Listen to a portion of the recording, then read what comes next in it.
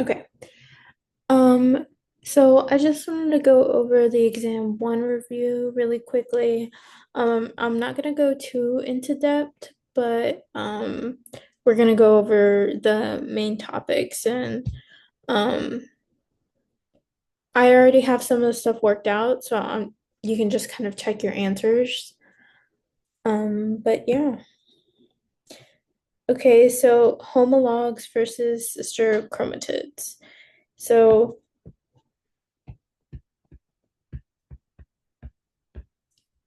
homologs are not identical.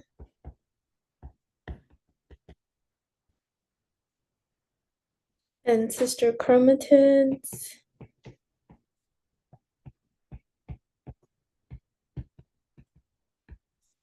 are identical. Okay. And then a bivalent is when you have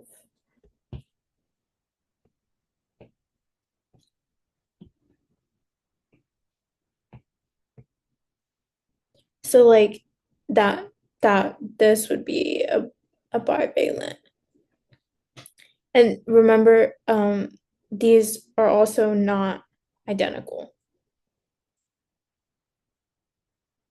So extracellular DNA is mitochondrial DNA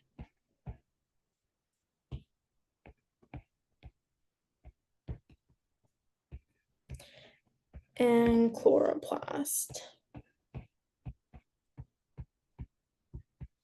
It's basically any DNA that's not from the nucleus.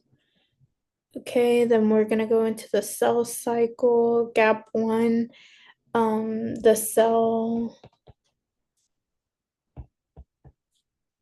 prepares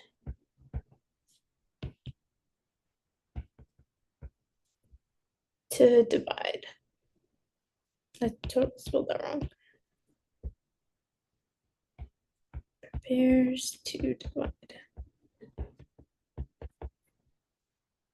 S phase, think of synthesis.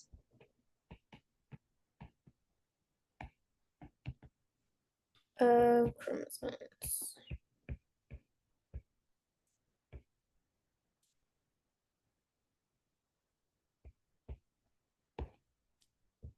And G2 is a growth phase.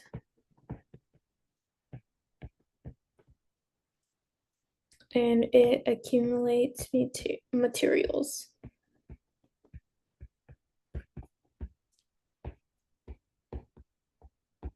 So it has enough material to divide. Prophase,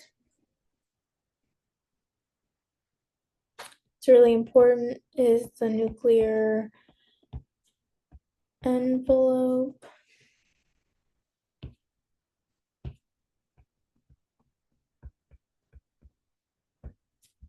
Disassociates.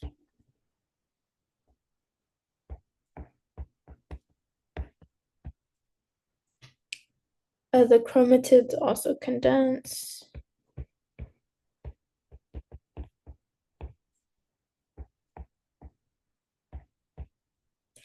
And the spindle begins to form.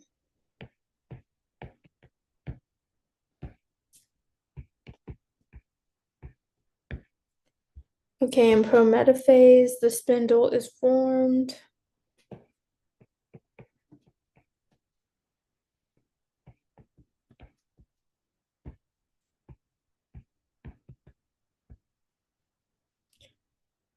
And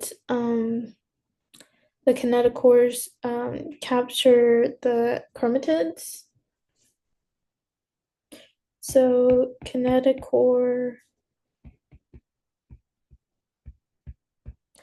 it's microtubules, but I'm just gonna say MTs capture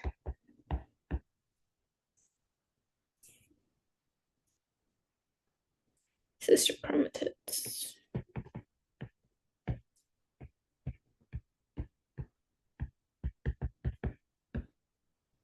Metaphase are all lined up on the metaphyseal plate.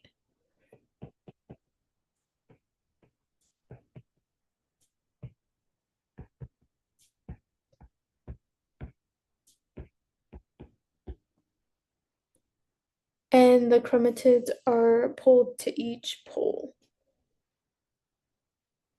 Oh, wait, hold on. They attach to both poles.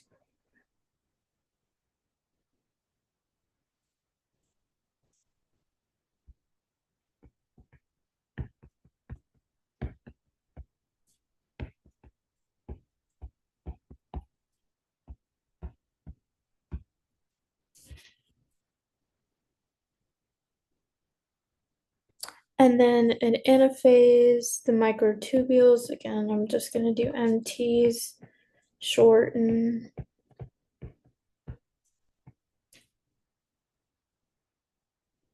and pull apart the chromatids.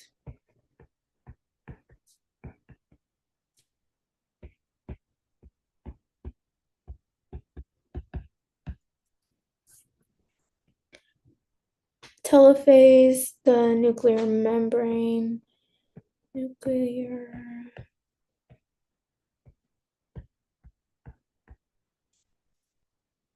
reforms, and organelles segregate or separate. Okay, and then we're gonna move on to haploid and gametes. So this would be described by n, half the number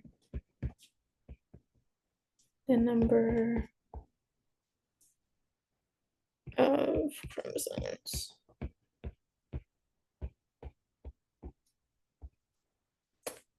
So this would be like sperm and eggs, or I think they call it ova here. Okay, the SRY gene is responsible. That's so wrong.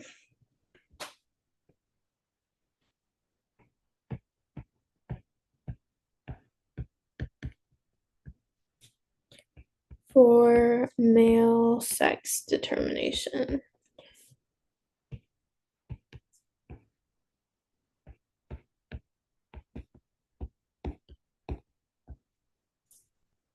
Okay, paternal leakage is when the dad provides the mitochondrial DNA,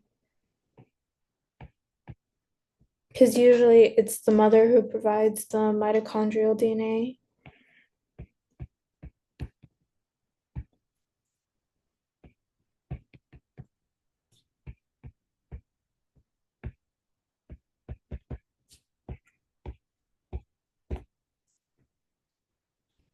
So now we have heterogametes.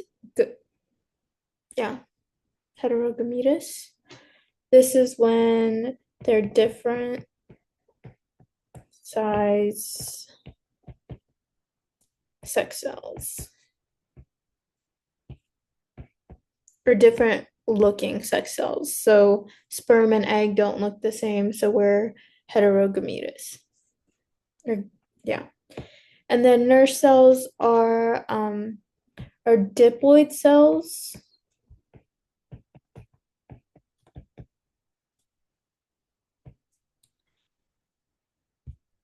that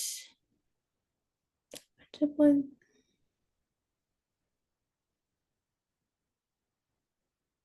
where the so they affect they're diploid cells around the oocyte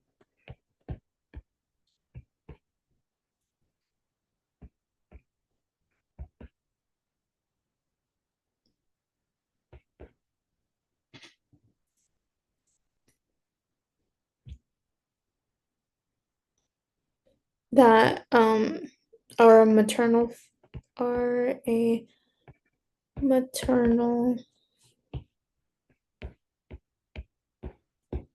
effect. So they're cells that surround the oocyte and have a maternal effect on the oocyte. Crossing over happens um at the I can never say this, the chiasma,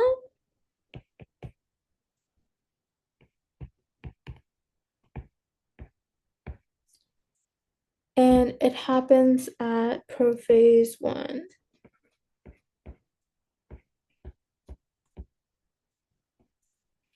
Okay. And then the synaptial complex, it links together homologs and meiosis one, and is also responsible for genetic recombination. So links together.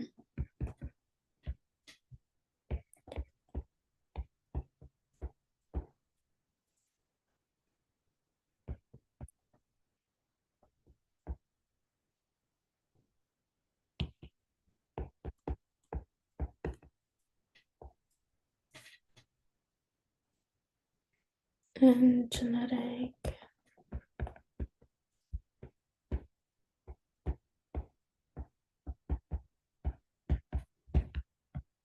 Okay. A somatic cell. So somatic cells would be our regular normal body cells,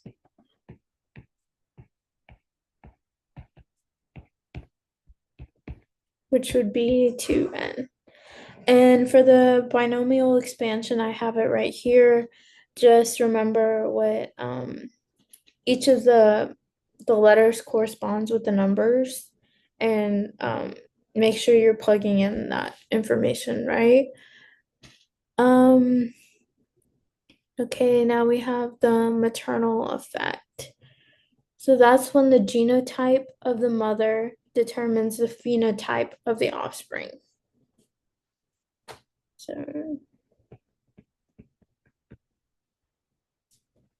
the mother.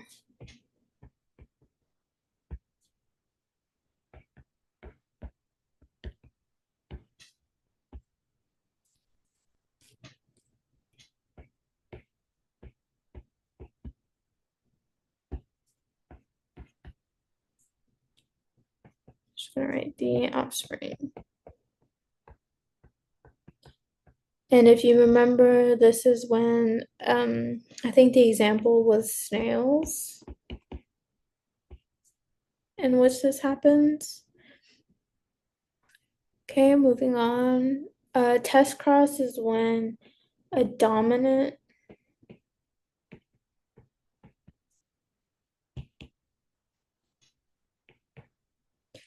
is cross. I can't spell.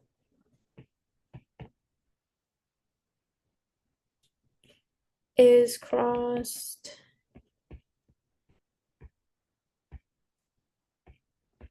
with recessive.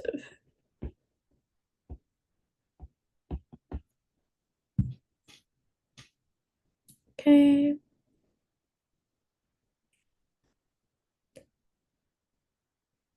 And then X inactivation center, also XIC. It's a gene product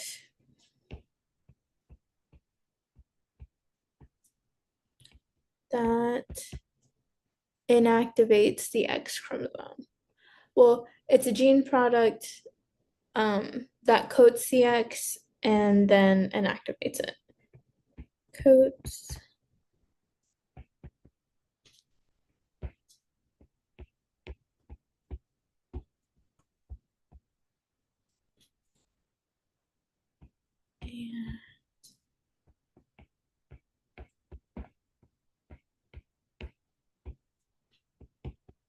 Okay. Incomplete penetrance. That is when you have the dominant gene, but it's not expressed.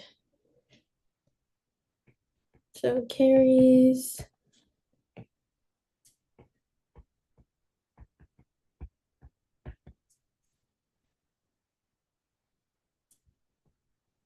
But it's not expressed.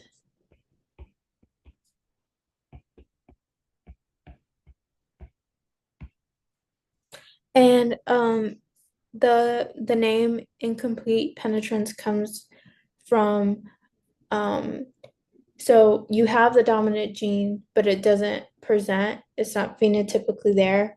So the percentage that it doesn't present would also be like the incomplete penetrance. So like if 50% of people have this gene but don't show it, the penetrance is only 50%. And the example that was used here was polydactyly. So that's when you have extra digits on your hands or your feet. Okay, moving on to epistasis. That's when a gene masks another.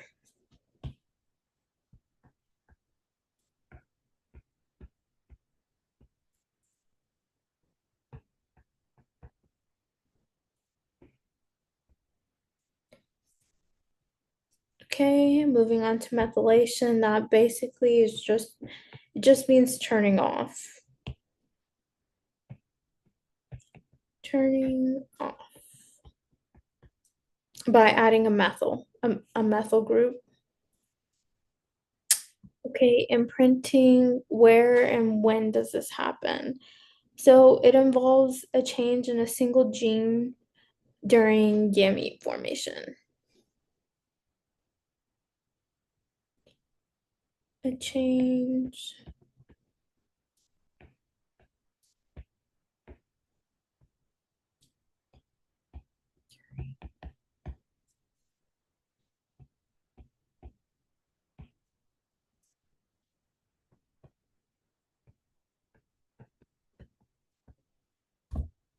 Okay, back to conceptual. A species has a diploid number of 48 chromosomes. If meiosis did not occur, the gametes produced by mitosis. Oh, okay. If meiosis did not occur and gametes were produced by mitosis, each gamete would contain blank chromosomes and the fertilized egg would contain blank chromosomes. So if if meiosis did not occur, that means that we didn't get half the amount of chromosomes when the gametes were formed.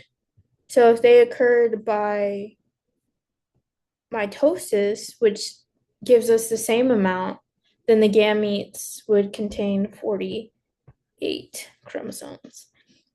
And a fertilized egg, if it already has 46 and the other gamete was also produced by mitosis, it would be 96 chromosomes because you would have two gametes with 48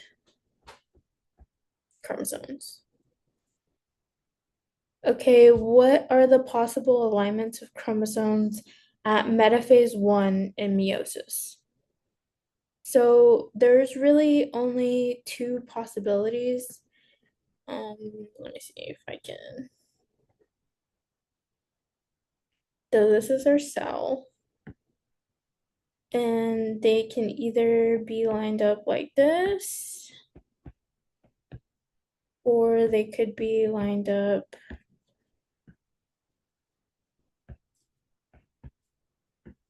like that. So like this side would get these genes, and then this side would get those genes. Same with this way. So that's how those are the possibilities. It could either be on one side or the other. Okay. Endosymbiosis, symbiosis informs us of the origins of a particular organelles that carry extranuclear DNA within the cells. In regard to endosymbiosis, how can we compare the genomes between prokaryotes and eukaryotes organelle counterparts? So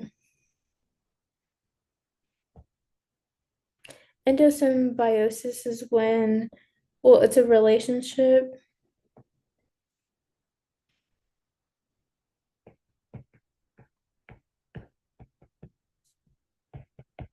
in which it's beneficial for both the host and um, the organelle that lives inside, which it lives inside.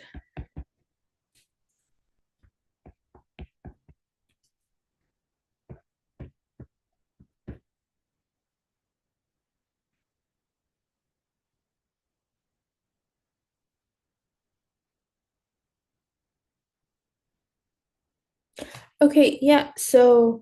And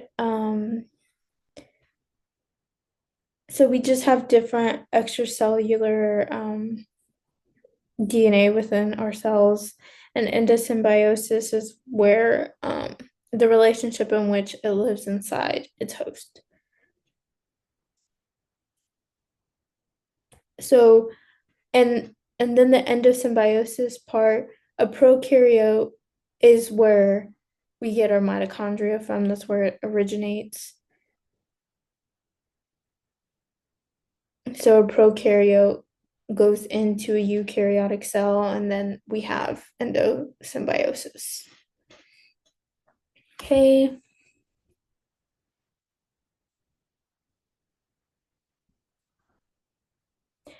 In contrast to humans, birds exhibit a ZW sex determination symbol, which sex is homomorphic and which is what is heteromorphic. So in birds, ZZ is a male and ZW is a female. So this is homomorphic.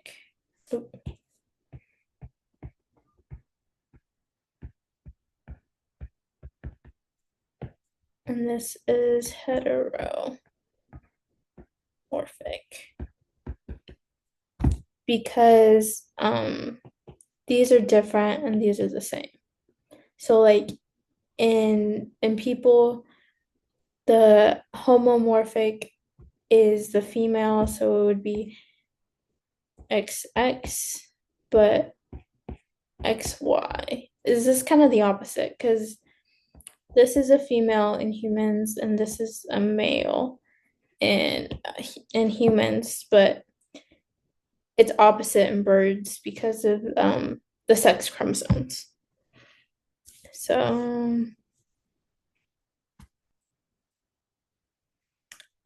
a hypothesis is rejected under which condition? So if the p-value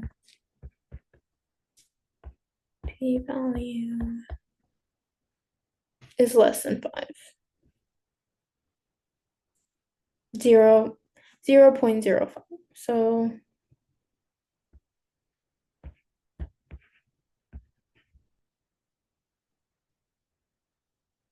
yeah. Okay, how do we calculate degrees of freedom? So degrees of freedom equals n minus 1, and n being the total number, I'm just gonna number of categories.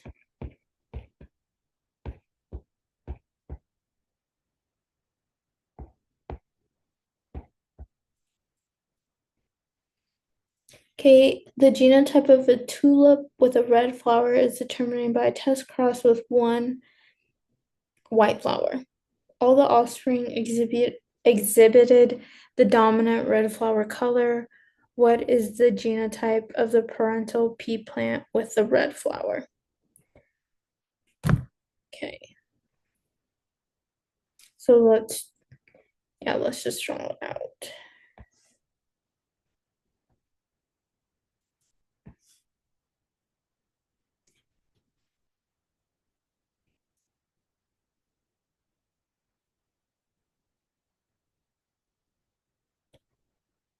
All the offspring.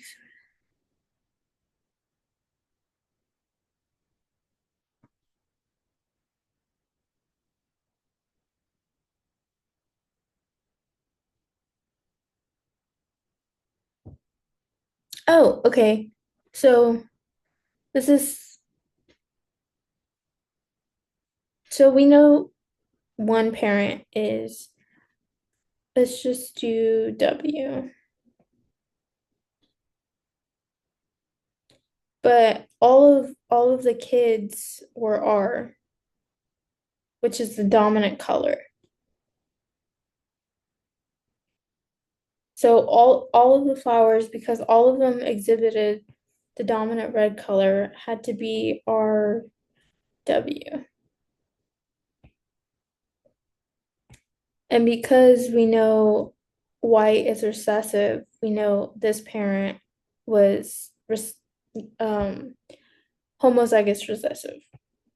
So because we know this, and they all have to be the dominant color, so this parent was homozygous dominant.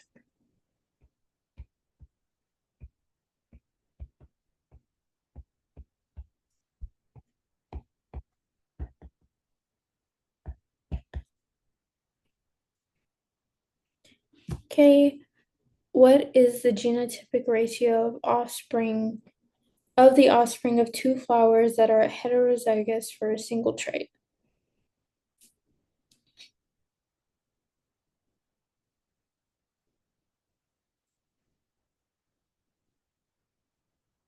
Offspring of two flowers. So we can,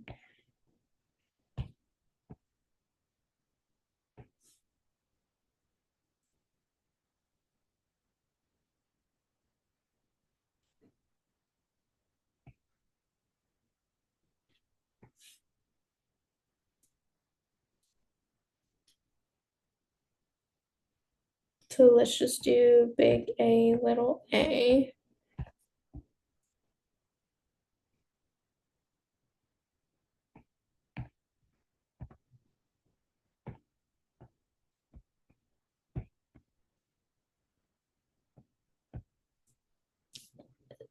So the genotypic ratio would be 1 to 2 to 1 because we have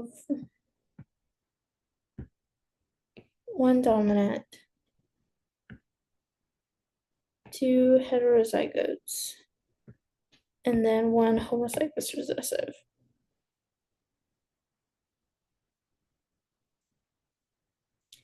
Okay, a purple flower is dominant to a white flower. When two heterozygous flowering plants are crossed, what is the probability that the first two offsprings will have white flowers?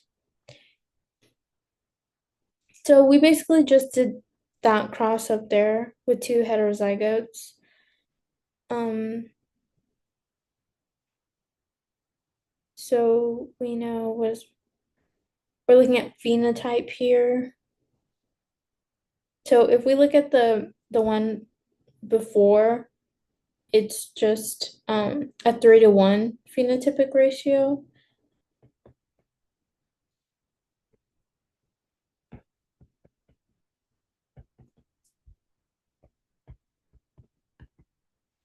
And then what is um the chances that they'll have white flowers? The first two will have white flowers. So we three dominant and one recessive. And recessive is a white color. So you're looking at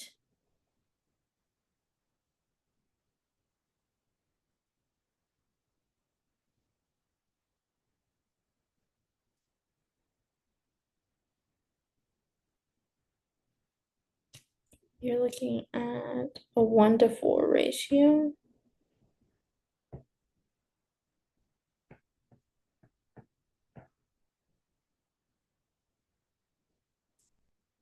Yeah.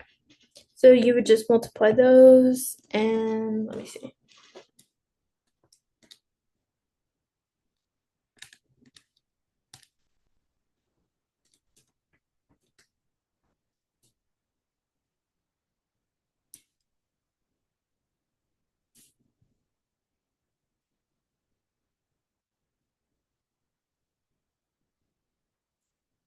So I get 0.0625. So that's a probability that their first two offspring, because this is one offspring, this is second, will have white flowers. Okay. Brandon's garden has flowering plants. A blue color flower is dominant to a yellow color flower, but heterozygous plants have a green color. If a green color is crossed with a yellow flowered plant, what will the phenotypic ratios of the offspring be? Okay, so a heterozygote is green.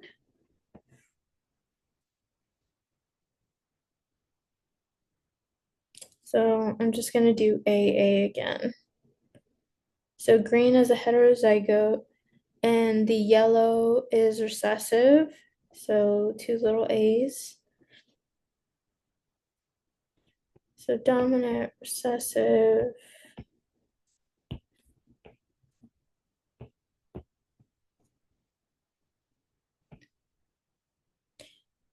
So these will all be yellow, and the other ones will be green. So phenotypically, it's 50-50 or 1-to-1. Just do it like that. Okay.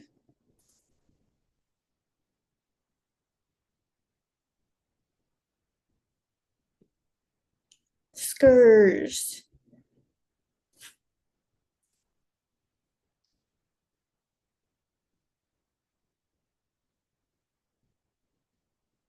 Okay.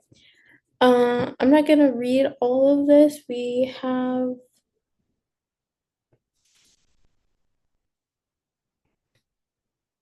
a heterozygous male.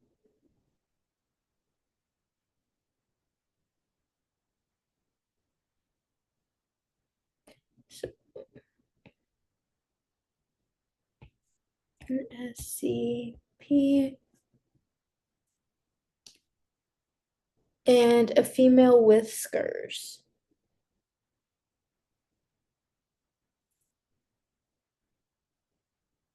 which is recessive in females. So she is gonna be homozygous recessive.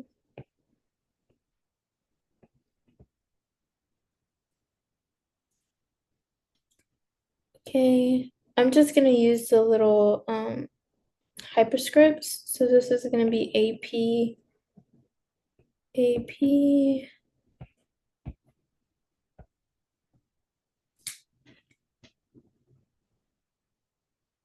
Okay, so let's do males first.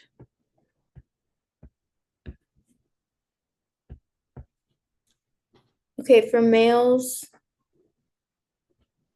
skers are present dominant in males.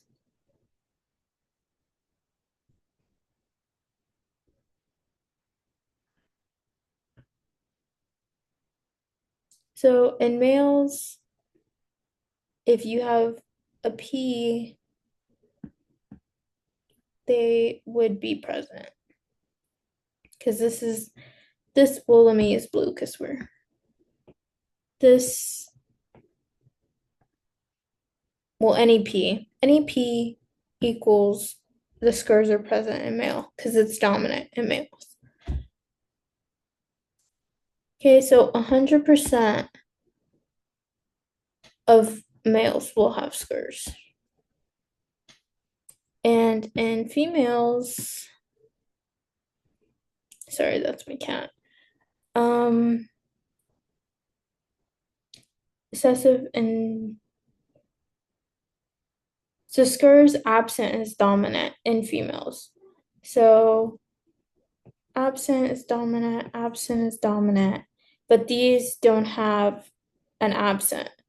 So these are gonna be these are recessive females, so half of them will have skers.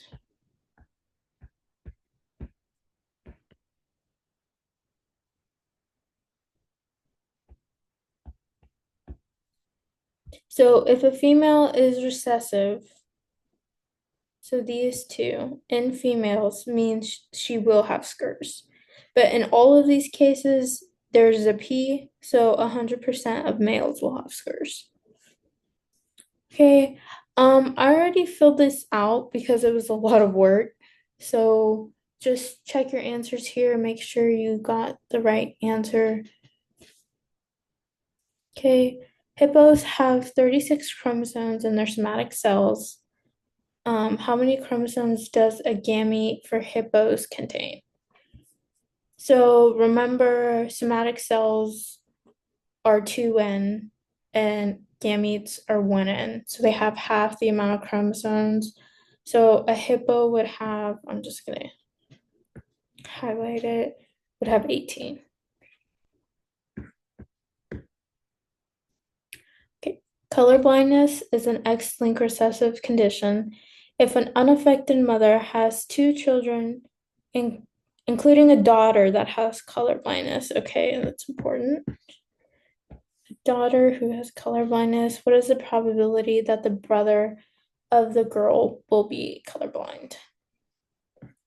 So let's just draw a quick Punnett square.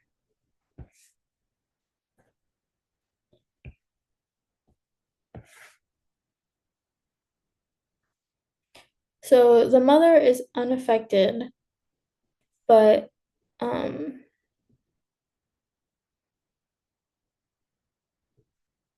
but she has a daughter who is colorblind.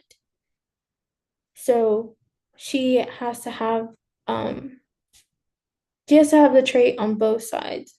So even though the mother isn't affected, she is a carrier. And the father has it because the X linked is sex linked and the Y. Okay, so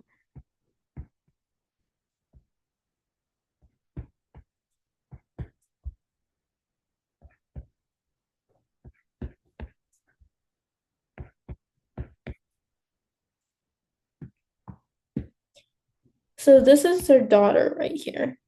Because this is, let me see. Oops. Okay. This is a carrier. This is someone who actually has color blindness and is a female. So as a male, there would be, well, he would be affected and this one would not. So you have a 50% chance that her brother would be colorblind. Okay, a diploid cell in G1 contains 12 pairs of chromosomes. During mitosis, how many chromosomes will be lined up on the metaphase plate? Okay, so you got to think of this, what happens when a cell divides. So you have gap 1, then you have S, and then you have gap 2. So it has 12 here. During synthesis, it doubles, right? Because we're making the new pair of chromosomes for the other cell that's being formed. So how many pairs will be lined up on the metaphase plate, which happens in mitosis?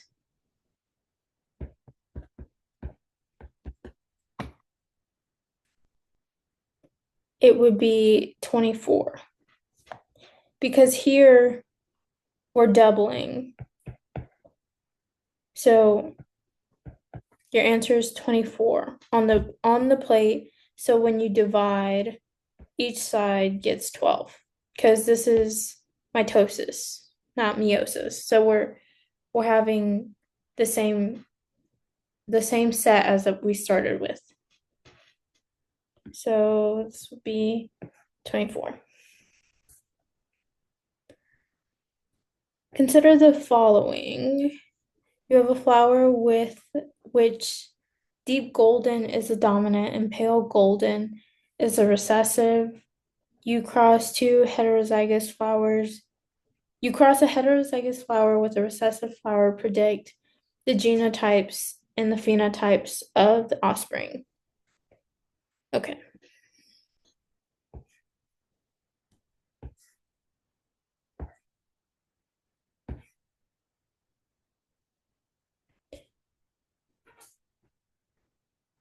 So heterozygous with a recessive.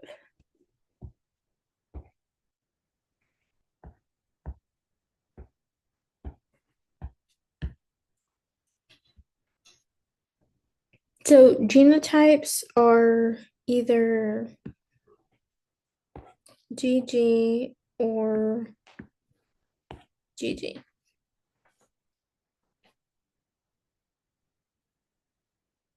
And so half are deep golden and the other half is pale. So that would be this one down here, D. Okay. Review the following characteristics of a pedigree. A majority of the couple's children display a genetic condition. Okay, in the following generation, children of affected individuals inherit the disease. So I'm just going to draw that out. So we have a parent that is affected, right? And their children also inherit the disease. So you have a child with the disease, if you have a parent with the disease. Also, in this generation, children of two unaffected individuals do not inherit the disease.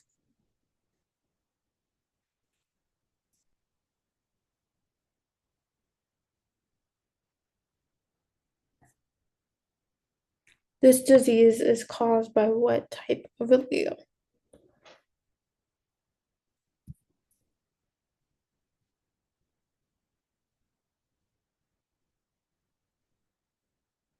So a majority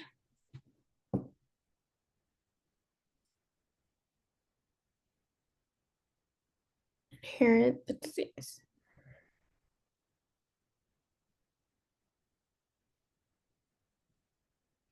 You have to have a child with two unaffected individuals do not inherit the disease. So let's say if in this case, I'm going to draw it over here. You have two parents, right? And none of them, well, you don't know if any, let's say they,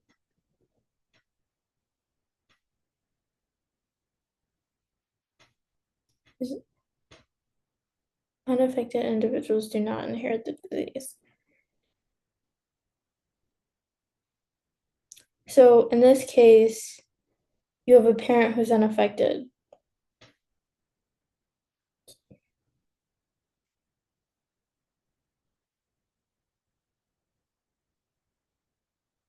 And this child does not inherit the disease.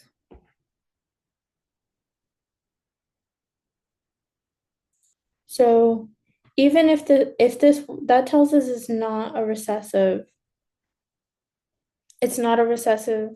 um, allele, because if you had two carriers, which means that these people could still be unaffected, but they could be carrying something, but they were unaffected. This means if they had children, they could possibly get it and be the recessive. But if two unaffected individuals do not inherit this disease, the children do not inherit this disease, then it is a dominant disease. Okay, and then I also did this one. So the phenotype is half. These are pink. The ones that are underlined pink are pink, and the other ones would be indigo. Just make sure you know how to do this. Okay, calico cats. This is the line hypothesis. Bar body inactivation causes the random color spots. So X, I'm gonna say bar body.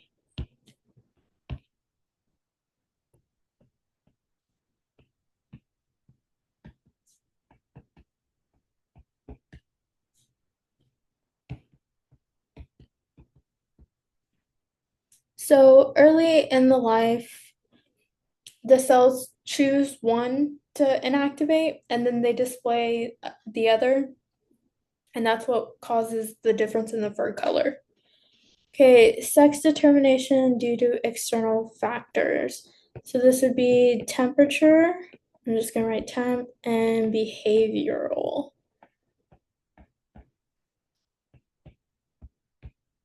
So remember Nemo and alligators. Iris spotting patterns are reduced expression of the MTF. So reduced expression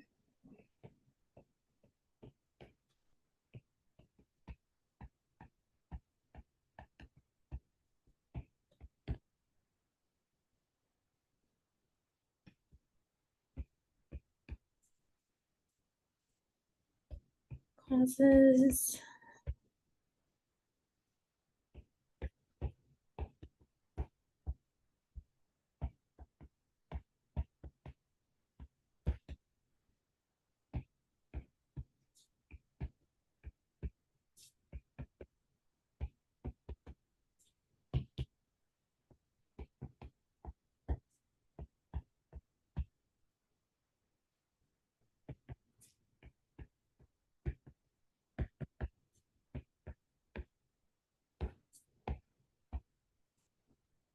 is it no melanocytes. Okay, so this is the dogs. So less expression of the MITF causes the dogs to be more white. Um, Usually the dogs are brown, and that's the melanocytes is what has the brown pigment in it.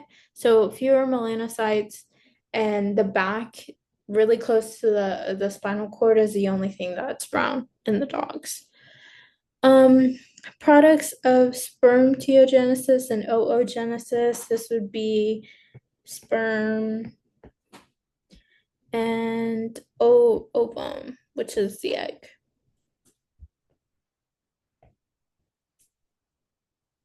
So yeah, just remember that those are haploid cells and they're from meiosis and not mitosis. If you have any other questions or want to go over this in person, you're more than welcome to come to my office hours on Monday.